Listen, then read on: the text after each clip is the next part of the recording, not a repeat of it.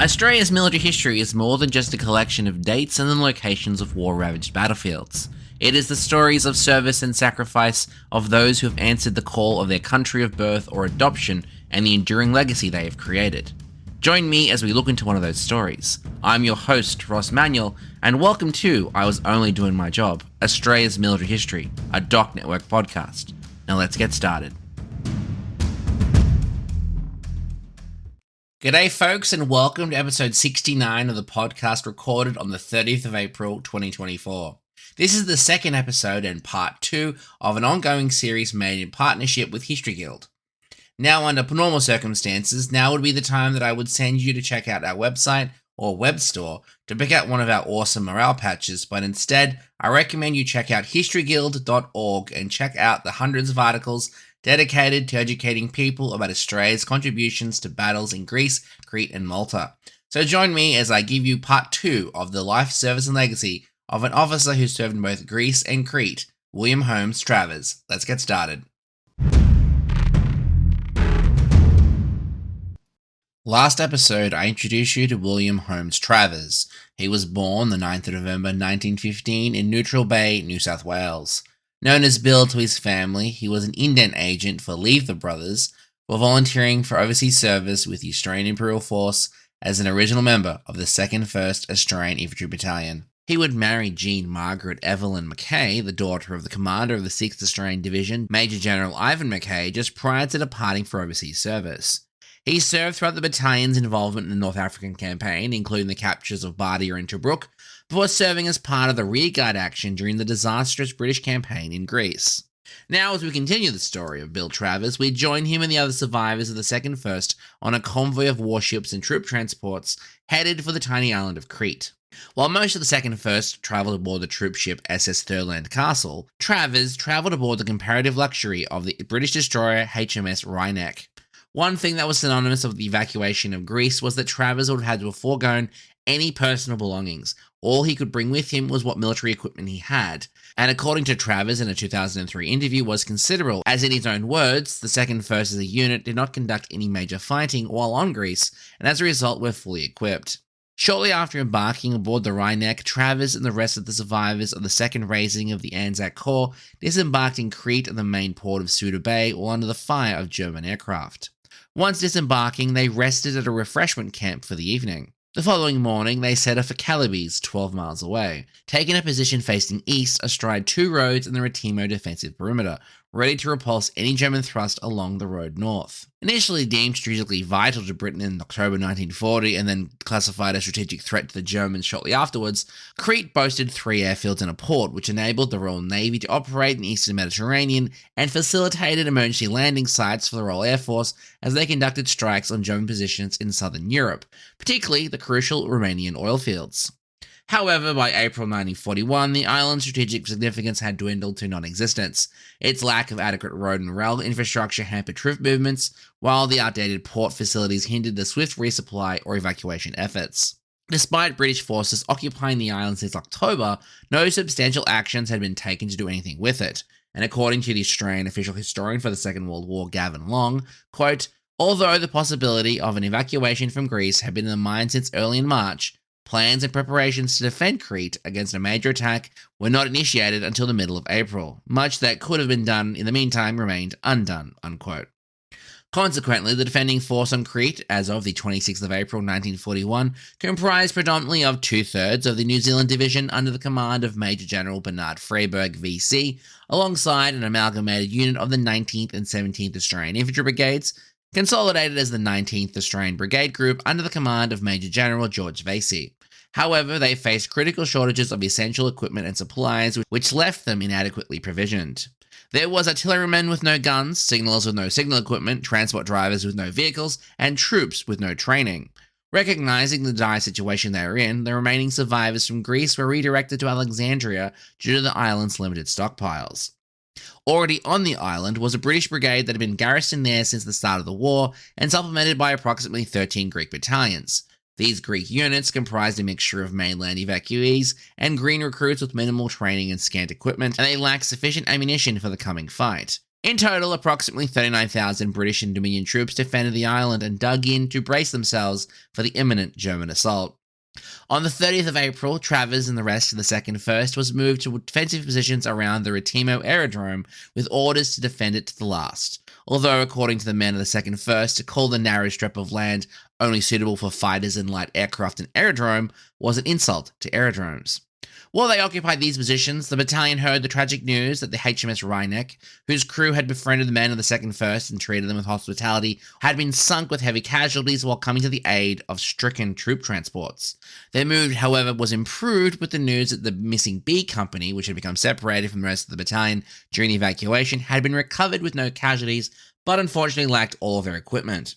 As the troops dug into defensive positions around Retimo and tried to recover following the evacuation, they would be joined by Captain Ralph Honor and the survivors of the 2nd 11th Australian Infantry Battalion on the 9th of May, with a focus of episodes 47 to 49. The day before Honor and the 2nd 11th arrived, Travers and the rest of the 2nd First were relocated to the right flank of the 5-kilometre defensive perimeter to cover the nearby hills that overlooked the airfield, also the east-west road and the village of PG.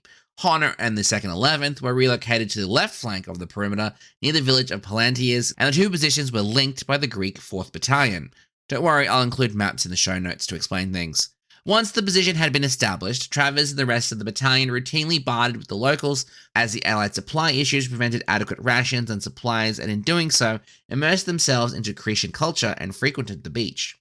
The major concern, however, for the CO of the 2nd First, Lieutenant Colonel Ian Campbell, the relative inexperience of the Greek troops that held the centre of the defensive line, remarking that few had even fired their rifles and the ones that had were antiquated pre-war weapons. There was, however, a force comprised of Greek police cadets located within Retimo that was, by comparison, disciplined, trained, and equipped as infantry. To augment their defences, there were 4 100mm artillery pieces, though sources differ on if all 4 were Italian or if 2 were French in origin.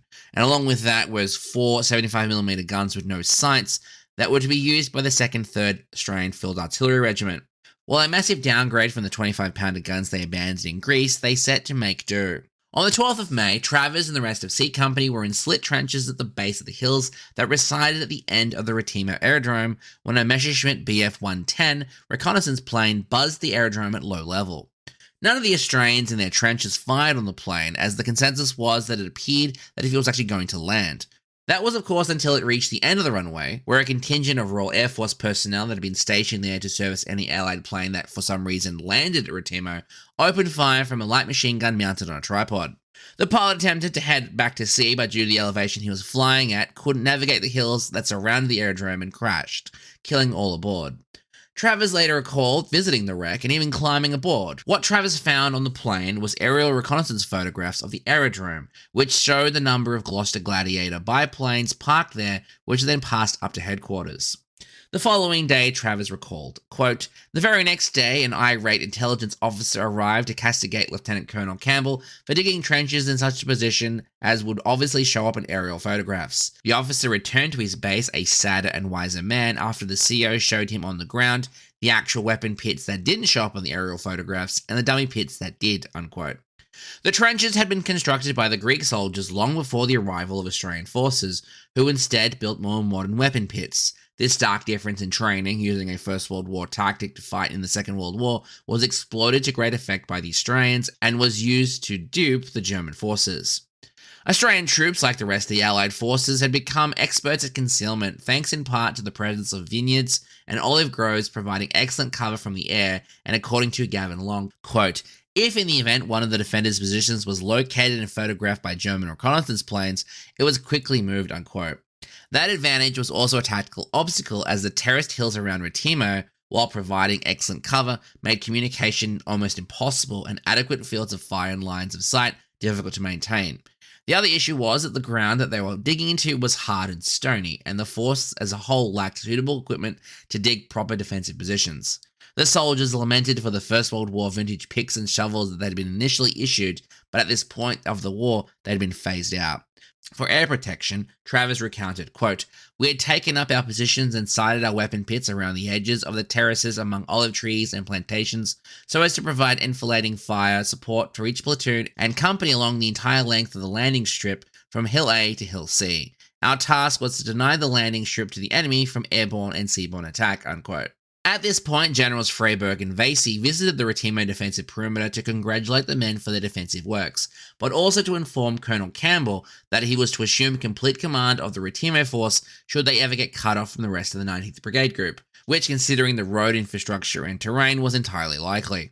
By the 17th of May, the garrison on Crete included about 15,000 Britons, 7,750 Kiwis, 6,500 Australians, and 10,200 Greeks. General Freyberg had requested that all military personnel that lacked weapons or had, quote, little or no employment other than getting into trouble with the civilian population, unquote, be relocated to Alexandria. And as the threat drew closer, General Freyberg drew up his paltry force and identified that Crete was going to be defended from 4 locations spread across the island.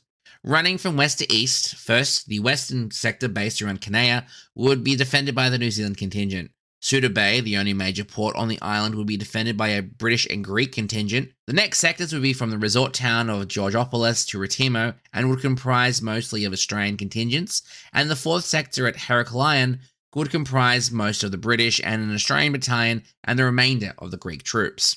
And despite the presence of 3 airfields on the island, there was only 42 Allied aircraft scattered between them, in 4 quote-unquote squadrons available for defence, comprising of Hurricanes, Gladiators and Blenheims. In all, the force under General Freyberg's command suffered greatly not only in terms of training, equipment and stores, but also lacked artillery support and naval resupply owing to the German air dominance and primitive port facilities. What it did have, however, was a dogged resolve that would be tested when the Germans attacked on the 20th of May, 1941. It was a bright and sunny morning on the 20th, and as Travers and the rest of his platoon leaders ate their breakfast following the daily routine of being called to action early in the morning before being stood down, they were spellbound by the sight of 14 lumbering German troop planes heading towards them before suddenly veering towards the Malama airfield in the 1st sector. This was followed at midday with another group of 20 troop carriers crossing their positions before heading for Heraklion. Despite the agony of having to watch the war unveil around them, finally, at 4 p.m, German fighters and transports for the Luftwaffe crossed the Cretian border at Retimo.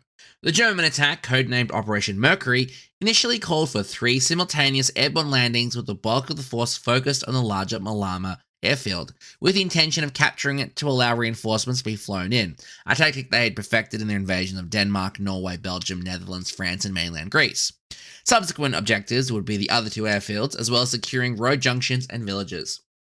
Thanks to the Allied policy of concealment and relocation, the German High Command completely misread the size and composition of the Allied force on the island, initially believing only 5,000 personnel defended it, not the 39,450 strong force dug into the countryside. The other obstacle that plagued the initial German landings was the complete lack of intelligence on the location of Allied positions, and what resulted could only be described as a 35-minute slaughter along the entire perimeter, in which saw most of the German paratroopers being killed while still descending. So devastating was this resistance that Germany would never attempt another airborne landing for the entirety of the war. According to Travers, upon seeing the descending German paratroopers, quote, you try and shoot 100 yards, you don't have to worry, you just shoot. Well, there are 1,100 blokes shooting our rifles at about 3-4 shots a minute. There's a fair amount of bullets going up in the air. We brought down 6 aircraft by small arms fire. 6 German aircraft. As they get over the airport, they jumped out of their planes. Well, of course, they come down as sitting ducks, and the German commander, who eventually took prisoner, said, you shouldn't have been shooting my men, they couldn't shoot back at you, unquote. Despite the losses sustained to the Fallschirmjägers on their descent and the questionable Geneva Convention violation that occurred, by afternoon enough would have made it to the ground alive and sought cover to commence fighting back. This was assisted by the devastating German air superiority, who, lacking prior knowledge of Allied defensive positions, simply attacked locations on general principle, road and rail infrastructure, buildings, and for the second first, the aerodrome, which forced the defenders to move at night to be able to reinforce one another. As soon as the German bombardment of Retimo started, the 2nd 1st Battalion's headquarters received word that the Greek 4th Battalion had withdrawn from their positions, leaving their flank dangerously exposed. As a result, portions of the 2nd 1st were redeployed to plug the hole in the line that their departure had created. At the same time, elements of the 2nd 11th on the opposite side of the Greek force did the same. Now, it would be easy to dismiss the Greek forces as cowards, but it must be stated that unlike the Australians who had battle experience in North Africa and on the Greek mainland, the Greek 4th Battalion was poorly equipped with only pre-First World War era weapons and had not yet experienced any combat. And even with that inexperience, they still showed that warrior strength of their Spartan ancestors when, under the encouragement of Australian NCOs, launched a counterattack against crack German troops, and even with their outdated Springfield rifles, managed to rout the paratroopers, taking dozens prisoner in the process. For the men of the 2nd First, they managed to hold their positions on the hills against scores of Germans landing above them, a feat that was mirrored on the left-hand side of Retimo with the 2nd 11th, dispersing or killing the paratroopers that landed in their sector. Despite that, a force of 500 paratroopers had managed to get outside the range of Australian guns and launched an attack on the village of Perivolia. This force was beaten back by the men of the Greek Police Academy, who had been ordered to hold Retimo, which they did at a heavy cost to the police cadets. Despite the best efforts of the Australians, German paratroopers jumped on the aerodrome as had been a primary objective of Operation Mercury, and this was met by a bayonet charge by the 2nd First Transport Section that drove them off. As the Germans had occupied the Australian wireless station at the aerodrome, not long after landing, they had cut the Australian cable lines connecting the 2nd First to the 19th Brigade as well as to Force Headquarters, which, according to previously established instructions, meant that Retimo Force fell to the direct command of Lieutenant Colonel Campbell. Despite the early successes of the Australians in the campaign, the inability to concentrate the Allied response to deal with the German assault meant that it would be all over in 10 days. While the 2nd First was able to stall the German advance onto the aerodrome as the Germans had focused their landings on the hills that the Australians occupied, it was a case of numbers. While the Australians were holding, they couldn't withstand the German onslaught for long. But that being said, the German attack on Retimo was not going to plan either, as reported to General Ringel, the commander of Combat Group Retimo. Quote, "The command's assumption that this small landing field would be held by only a weak force did not hold true. Until evening of this day, no uniform command could be established within the regiment. Every circled combat group held their ground only with extreme effort and under heavy casualties in their all-around defense positions. Besides, the allotted radio equipment was destroyed, thus no report concerning the course of the battle could be made by this group during the evening of the day." Unquote. Lieutenant Colonel Campbell was just as cut off from the outside world as General Rengel, and sent a pre-agreed message addressed to Force HQ for reinforcements, as he had serious concerns on if he was able to hold the aerodrome if German forces launched a second wave of paratroopers, or if they would be supported by seaborne landing. At dusk on that first day of the invasion, elements of C Company were ordered down from the hills that they were defending to hold the coast along the road leading to the aerodrome until morning, only to become surrounded and cut off from the Australian lines until they were able to sneak their way through the German lines back. At midnight, Colonel Campbell would receive a message from General Freiberg, quote, "Unable to send help, hold on, know you will, good luck," unquote. Not exactly what you want to hear from your commanding officer, but not to be unexpected. The lack of adequate Allied armour or transport to launch a counterattack, coupled with the appalling communications network on the island, meant that commanders couldn't even effectively communicate with their own perimeters. This disconnection also resulted in General Freiberg not fighting a singular defence of the island, but 4 separate battles that couldn't communicate or support each other or their own commands. By morning, Colonel Campbell reorganised the 2 Australian battalions and the Greek 5th Battalion to launch a counterattack to drive the Germans back into the sea. The 2nd 11th was successful in its attack, but the 2nd First was bogged down due to heavy German fire. Sadly, the 5th Greek Battalion also failed to materialise. C Company was tasked with conducting a fighting patrol along the coast to keep an eye out for German positions within the perimeter. From the moment the German troops landed, they also faced a third enemy from the Commonwealth and Greek troops. That was of the local Cretian population. Led to believe the Cretians would welcome them with open arms, the German soldiers to their horror discovered that Cretians from 10 to 70 would pick up whatever they could, tomahawks, spades, pitchforks, even blocks of wood, and attack the Germans whenever they encountered them. Travers himself recounted seeing a Cretian Greek Orthodox priest in a stovepipe hat emerge from a monastery within the Retimo perimeter with a bandolier of ammunition and a gun and set off to hunt Germans. By the early hours of the 21st, the 2nd 11th had captured the overall commander of the German invasion force, Colonel Strum. By the end of the second day, the immediate area around the Retimo defensive line was also secure. Thankfully for the defenders, a British task force comprising of the warships HMS Dido, Ajax and Orion had actually intercepted a German invasion fleet 28 kilometers from the Cretian coastline, damaging enough of the vessels to force them to return to port. At the morning of the third day, the 22nd, Travers and the rest of C Company, along with Captain Moriarty of the 2nd 1st D Company, set off to attack a location known as the Olive Oil Factory, on the extreme right of the Australian positions that had been occupied by German forces and used as their headquarters. Both companies set off at 0630 with 2 platoons and their 3rd in reserve. Travers led his men along the main road with their left to the sea, and after initially capturing an outbuilding that the Germans had been using as an aid post, they pushed on in a steady line until they surrounded the factory.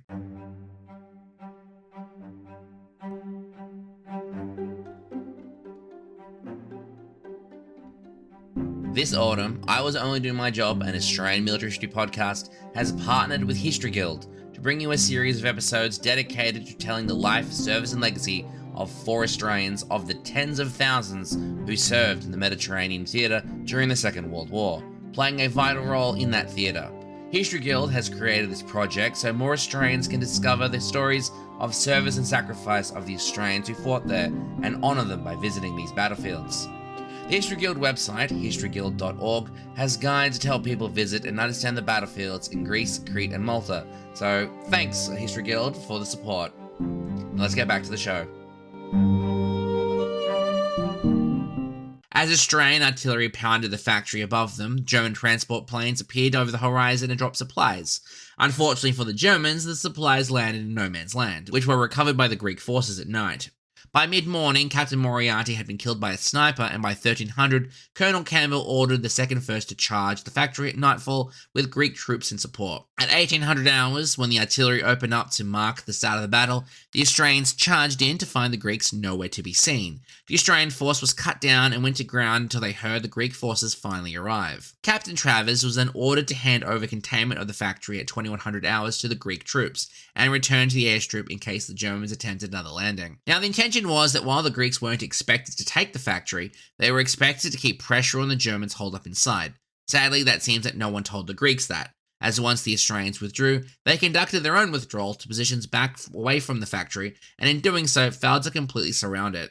On the 23rd, the Retimo perimeter received congratulations from General Freyberg, but despite this and the best efforts of the force, there was little that could be done to dislodge the Germans from their positions, and as German reinforcements continued to land elsewhere on the island, and eventually the successes of the Retimo force would eventually come to naught, as on the 26th, General Freyberg informed General Archibald Wavell, Commander-in-Chief Middle East, that the Battle of Crete had been lost, and the following day, Wavell ordered a general evacuation.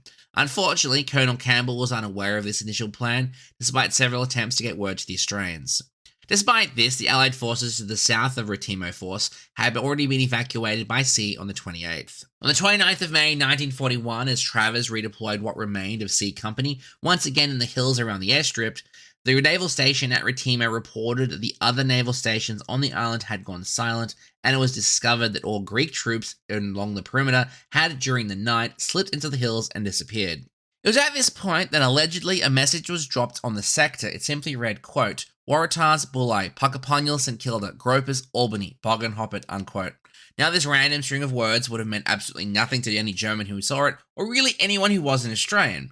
The main reasoning was that the Australian force on Crete comprised of men from New South Wales, whose state flower is the Waratah, Victorians whose main military base is Puckapunyal, and West Australians who are colloquially known as Sandgropers. Bulli, St Kilda and Albany are all southern coastal towns in those respective states. Boggenhoppet, according to Gavin Long, meant fight your way, get moving. So that translated roughly to common English is soldiers of New South Wales, Victoria and West Australia. Fight your way to the southern coast. Get moving. Now, this is an interesting discrepancy between what was reported in my episodes about Ralph Honor and what was reported in the 2nd 1st Battalion's unit diary and in the Fighting First, the story of the 2nd 1st from 1939 to 1945. While Honor's own writings allege that the aforementioned message was received by Retimo Force and that Major Sandover, the commanding officer of the 2nd 11th, upon hearing it, gave his men the option to either surrender or make for the coast. However, in the 2nd 1st unit diary, there is no mention of the message being received, and in the Fighting First, while it is acknowledged that the message was sent, it claims it never reached Colonel Campbell, who, acting on the lack of orders to retreat but seeing the writing on the wall, determined that his force was surrounded without the ability to hold back the Germans for an hour at most. Coupled with the lack of Royal Naval support to evacuate from Retimo directly, the lack of a notified embarkation point to rally his troops to, the lack of rations for the 3-day journey required to travel to the southern coast, plus the loss of life on top of the burden being placed on the Cretan people to hide and supply his men, instructed the 2nd First and the other surrounding Australian forces that they were going to surrender. To mark the end of the Battle of Retimo, written in his own hand on the 2nd First Battalion's unit diary states, quote, "On morning, 30 May, I surrendered, Lieutenant Colonel Campbell, ex-CO, 2nd 1 Battalion," unquote. The 2nd First embarked 35 officers and 671 other ranks to Greece, with 29 officers and 557 other ranks landing in Suda Bay in Crete. Of the 586 soldiers that landed on Crete, only 21 would make their way back to Alexandria. Colonel Campbell would become one of the 25,328 British and Commonwealth prisoners of war from the campaign. Another of those officers would be Captain William Holmes Travers. In fact, 25 of the 27 officers of the 2nd First put ashore at Crete would become prisoners of war. Initially, Travers and the rest of the Allied prisoners were detained at the Retimo aerodrome for the night before they were marched into the Malama airfield, a 2-day journey. On their arrival, Travers and the other officers were ordered to board transport planes and were flown to Athens. From Athens, the prisoners were ordered to board trains for the Salonika transit camp, which comprised of an old Greek army barracks building. While there, Travers recounted that most of the officers detained there actually camped outside the buildings as they'd become infested with bedbugs. Travers also remarked in a 2003 interview that the German guards that watched them were little more than bullies. He would be held at Salonika until July 1941 before he undertook a week-long train ride to Uflag 10C in Lübeck in northern Germany. While there, he would meet British officers that had been captured during the fall of France. In Europe, Germany operated 40 major camps all over their controlled empire, from Lithuania to the Rhine, from France to Poland. Officers and men were held in separate camps, Offlags and Stalags. German policy was to separate officers from the other ranks in order to prevent the officers from inspiring the men to riot, which something Travers remarked was unnecessary for the Australians, as it was usually the other ranks that encouraged the officers to do something. Despite its portrayal in popular culture, also, officers were never assigned to Stalags. Now, most Australians are aware of the experiences of Australian prisoners of war in the Pacific. The atrocities conducted there greatly overshadow the experiences of the prisoners of the European War, whose experiences have been largely forgotten. But as victims of war, they too experienced hunger, disease, and danger, many surviving only through the Red Cross parcels they received. Most of the Australians captured as prisoners of war in Europe belonged to Bomber Command, with a comparatively smaller number being those captured either in Greece, Crete, or North Africa. On arrival at the Lübeck camp, Travers officially became a prisoner of war. Prior to that, he'd simply been recorded as missing in action, and he gained the prisoner number XC4015, and his status was reported to neutral observers in Switzerland and the United States. As Germany was a signatory to the Geneva Convention, they had to officially allow neutral observers to enter camps to assess conditions. Travers remarked that there was a British officer that would report things to the Swiss government if things went up to the Geneva Convention to get resolved. Sadly for Soviet prisoners, as the Soviet Union was not a signatory to the Geneva Convention, German forces didn't feel the need to afford them the same treatment, and observers and Commonwealth prisoners realized that there was little point trying to argue for better treatment for them, as it wouldn't receive. And as a result, German prisoners weren't afforded its protection in Russian camps either. Conditions at the camp were harsh but bearable, though lighting, heating, and bedding were an issue. And at this point in the war, they had hot showers and German rations, which comprised of soup and 5 slices of black bread with margarine. This was supplemented by weekly parcels from the Red Cross that comprised of bully beef, spam, soap, tea, coffee, and biscuits. As officers were not required under the Geneva Convention to work, the rest of the time was spent as the officers saw fit. Quote, day-to-day activities were keeping out of trouble, eat what meals you had, and walk around the camp, unquote. In October 1941, the camp at Lübeck was closed and Travers and a number of the Australians were moved to Offlag 6B, located in Dussel, now part of Warburg. While there, due to the limited and simple diet, Travers contracted jaundice and was admitted to the hospital. After his recovery, he was housed alongside a number of British officers, and the camp's population comprised close to 5,000, consisting of British, French, and Polish officers, as well as a small contingent of Commonwealth men. Their time was spent holding lectures on topics such as architecture, finance, and history, as most of the Commonwealth officers weren't regular army but militiamen who came from diverse backgrounds. Another topic of conversation was women, in every single facet that may entail. Travers also occupied his time by working in the camp's storehouse. While at Offlag 6B, Travers also encountered officers that had become despondent at being captured. The phrase being used at the time was "wire happy," which meant they'd become, quote, down and out, finished, unquote. They'd become bored with being captured and didn't want to live anymore. and would do things such as trying to escape in broad daylight, an act that would result in being shot at by the guards. As Travers had been listed as missing in action and then a prisoner of war, it took roughly 9 months for word to reach his family that he had been captured and was still alive. Despite this, he was entitled to receive as much mail as he wanted to, however, he could send only one letter a month return via a prescribed form that had to be seen by the German censor. Despite this, due to the distances in travel, it would take roughly 4 months for one letter to arrive in one direction or the other. Ironically, despite the fact that his wife Jean was in Egypt, working for the AIF and the censorship board, it was actually harder to get mail to and from her than from his mother back in Australia. The joys of trying to send mail to and from an AIF headquarters to a German prisoner of war camp. Fortunately for Jean, due to the fact of who her father was and the fact that Travers' brother Basil was also in Egypt, she was apparently well aware what was going on. Travers spent 18 months at Off-Leg 6B and occupied his time walking the perimeter of the camp, playing sport including football and cricket, as well as skating in the winter and attended concert parties, on top of the lectures, card games and gambling. One of his fellow prisoners of the camp was the famous Royal Air Force fighter ace Wing Commander Douglas Bader, who was in possession of 2 prosthetic legs, one of which was replaced during the agreed Royal Air Force Luftwaffe operation known as Operation Leg, as escorted by Keith Bluey Truscott, as covered in episode 37. While at the camp, Travers was part of a mass escape attempt in August 1942, led by a group of officers known as the Warburg Wire Job, which was an attempt by 41 officers that had constructed 4 12-foot scaling ladders and a bridge to unsuccessfully attempt to scale the twin barbed wire perimeter fence. Of the 41 officers, roughly half managed to escape, with only 3 making it back to England. Following this escape attempt, the following month until the end of the war, Travers was sent to Off-Leg 7B in Eichstätt, Bavaria, the north of Munich. While at Eichstätt, as a reprisal for Canadian soldiers tying the hands of German soldiers during the disastrous Dieppe raid, Hitler, furious by the act, ordered all Canadian prisoners of war to be similarly restrained. When this was relayed back to London via Switzerland, British Prime Minister Winston Churchill declared that double the number of German prisoners would now also be restrained. This was then doubled down by Hitler, but as there wasn't enough Canadian prisoners to match the total number of Germans now in chains, Travers and other Commonwealth prisoners picked at random were then selected to have their hands tied together. According to Travers, quote, "And there the bidding stopped. Of course, they used to tie your hands with leg rope.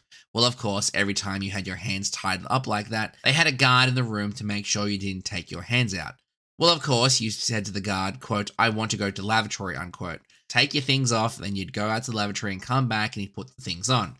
The next bloke would say the same thing, and all day long they were tying up and untying, one guard in each room, tying up and untying hands.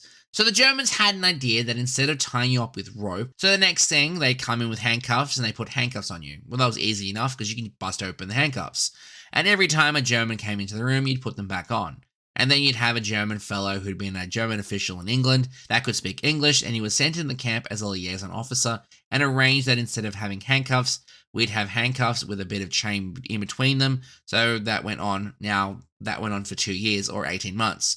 But of course, you could pick the handcuff with a bit of wire. Instead, the German being in there to undo you, he kept guard outside, and he'd run in and say, quote, officer coming, unquote.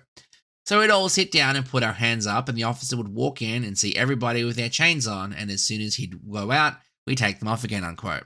In total, Travers would spend 18 months in quote-unquote chains. According to Travers, in reality, they would only be wearing the chains when they were being counted, or if a German official wanted to check to see if they were still restrained. The rest of the time, they just carried them around. Even with the restrictions of being quote-unquote chained, while at Eichstätt, Travers was part of an escape committee that was constructing a tunnel out of the camp. Unfortunately, the escape attempt failed and Travers had been caught out of uniform. Instead of his khaki AIF uniform, he had actually been wearing a Royal Australian Air Force blue uniform, which would have afforded him better concealment once he got beyond the wire. Travers would be caught by the guards and sentenced to 10 days confined to barracks in solitary confinement. As a result of working in the tunnel and subsequent confinement, he developed a serious case of bronchitis that turned into pneumonia that turned into asthma. As he recovered, in doing so having to give up all physical activity, he managed to, through Swiss authorities, enroll in an economics course at Oxford University. As a result of his deteriorated health, ironically due to his escape attempt, he was deemed suitable enough to be involved in a prisoner exchange. He had to be first assessed by a Swiss doctor, a German doctor, and then deemed suitable enough to be used as part of an exchange between Germany and Britain, though his release would coincide with the eventual capitulation of Germany in the Second World War. He would be transported by train to Switzerland, and then on to American-occupied France, then to Marseille, to a hospital ship, the Lusture, bound for England, arriving there in February just in time for Victory in Europe Day celebrations in London on the 8th of May, 1945. While there, he attended a garden party hosted by the royal family at Buckingham Palace for all Allied prisoners of war, where he, quote, just drank grog, unquote. After that, he enjoyed 2 months' leave with pay as his health recovered, and this allowed him to resume working for Lever Brothers in their research department in London for another 3 months before he boarded a transport bound for India. At this point in time, General Sir Ivan Mackay, having lost the confidence of the Commander-in-Chief of Australian Forces, General Sir Thomas Blamey, had been appointed in November 1943 to Australia's first High Commissioner to India, and as such had his daughter Jean serve as his secretary. The couple would be reunited there and spend 6 weeks in India together before Travers flew back to Australia, arriving in Western Australia in August. Captain William Holmes Travers would be formally discharged from the Australian Imperial Force on the 13th of September 1945 and would resume his job working for Lever Brothers. But as they didn't have a research department in Australia, he found work with his father at Consolidated Press, who had reached the position of general manager of the Sydney Daily Telegraph.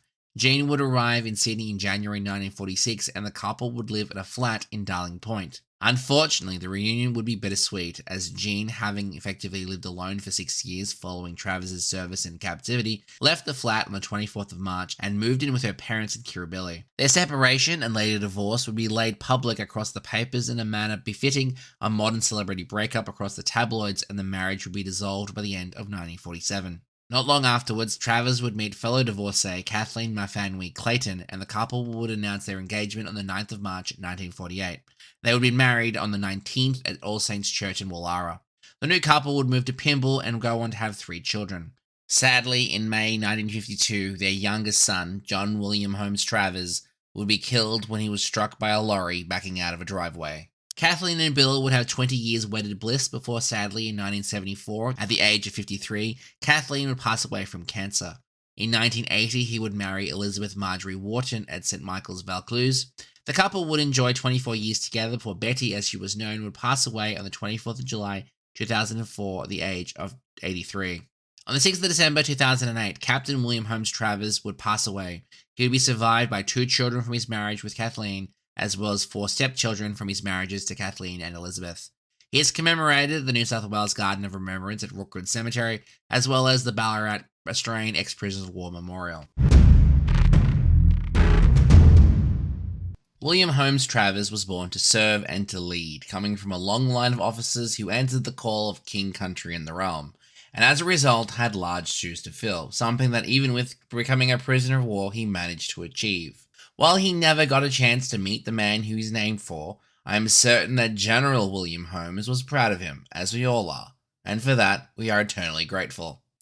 Sources for this episode are the History Guild website entries on the 2nd 1st Australian Infantry Battalion, The First to War, the story of the 2nd 1st Australian Infantry Battalion from 1939 to 45 by the City of Sydney Regiment, the Virtual War Memorial Australia website entry on the 2nd 1st Australian Infantry Battalion and on Captain William Holmes Travers, Australian Prisoners of War 1940 to 1945, the Greece and Crete page and the Battles for Greece and Crete from the Department of Veterans Affairs Anzac portal, the true story of Australian POWs in Europe from Flinders University, Australians in Crete in World War II by Peter Monteith, the Battle of Crete and the 2nd 1st Australian Infantry Battalion from the Anzacs of Greeks website, the Battles of Greece and Crete, a personal tragedy by the National Archives of Australia, Australia commemorates Allied campaigns in Greece and Crete in World War II from the Asian Pacific Defence Reporter, Greece, Crete and Syria 75 years on from the Shrine of Remembrance, the Battle of Crete from the State Library of Victoria, the Battle of Crete from Norwood Secondary College Library, the Battle of Crete commemorations from the Australian Embassy to Greece, World War II, Europe, Greece, Crete, 6th Division AIF 1941 from Collections West Australia, the 2nd 1st Australian Infantry Battalion AIF from the No. 1 Royal Australian Regiment Association webpage, 2nd 1st Australian Infantry Battalion AIF from the 1st 19th Royal New South Wales Regiment Association, The Australians in Greece Crete, a study of intimate wartime relationship by Maria Hill, The Descendants of William Wharton 1818 to 1863 from Cheshire who emigrated to the colony of Queensland website, the service record of William Holmes Travers, the unit diaries of the 2nd 1st Australian Infantry Battalion and the 16th Australian Infantry Brigade and the 19th Australian Infantry Brigade, The official history of the Australians' involvement in the war from 1939 to 1945, the Australians at War film archive interview with William Travers, the online newspaper archive trove by the National Library of Australia, the Wiki Tree entry on William Holmes Travers, the Sydney University Sport and Fitness Department, the Hansard of the British government from November 1942, the Finer Grave entry on William Holmes Travers, and the website of the Australian War Memorial. I Was Only Doing My Job, and an Australian Military History podcast is made possible thanks to the generous support from each and every one of you, but especially to the members of our Armoured Emu Brigade community. Now, if you want to continue the conversation or suggest the topic for a future episode, you can do so on all our social media channels. At this point, the podcast is on everything under @IWODMJ. Links to everything are in the show description. If you want to join the Armoured Emu Brigade community, you can also do so on our Discord server. The invite link to that is on the episode description and on the podcast website, www.thedocnetwork.net. There you can find also show notes, transcripts, and photos of my various travels that are located in the myriad of memorials dotted around Australia.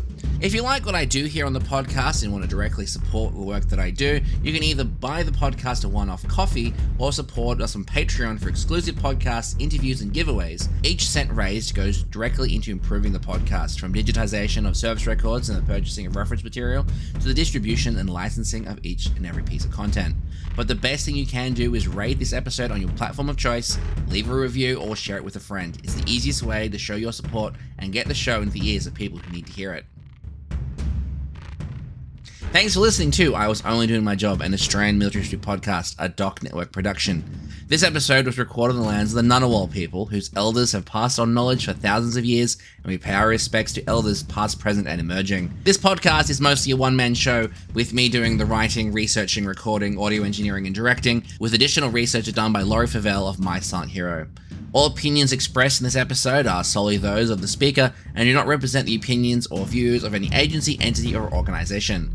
It is licensed under Creative Commons Attribution Non-Commercial Share Alike 4.0 International License. And until next time, friends, catch you then. Bye.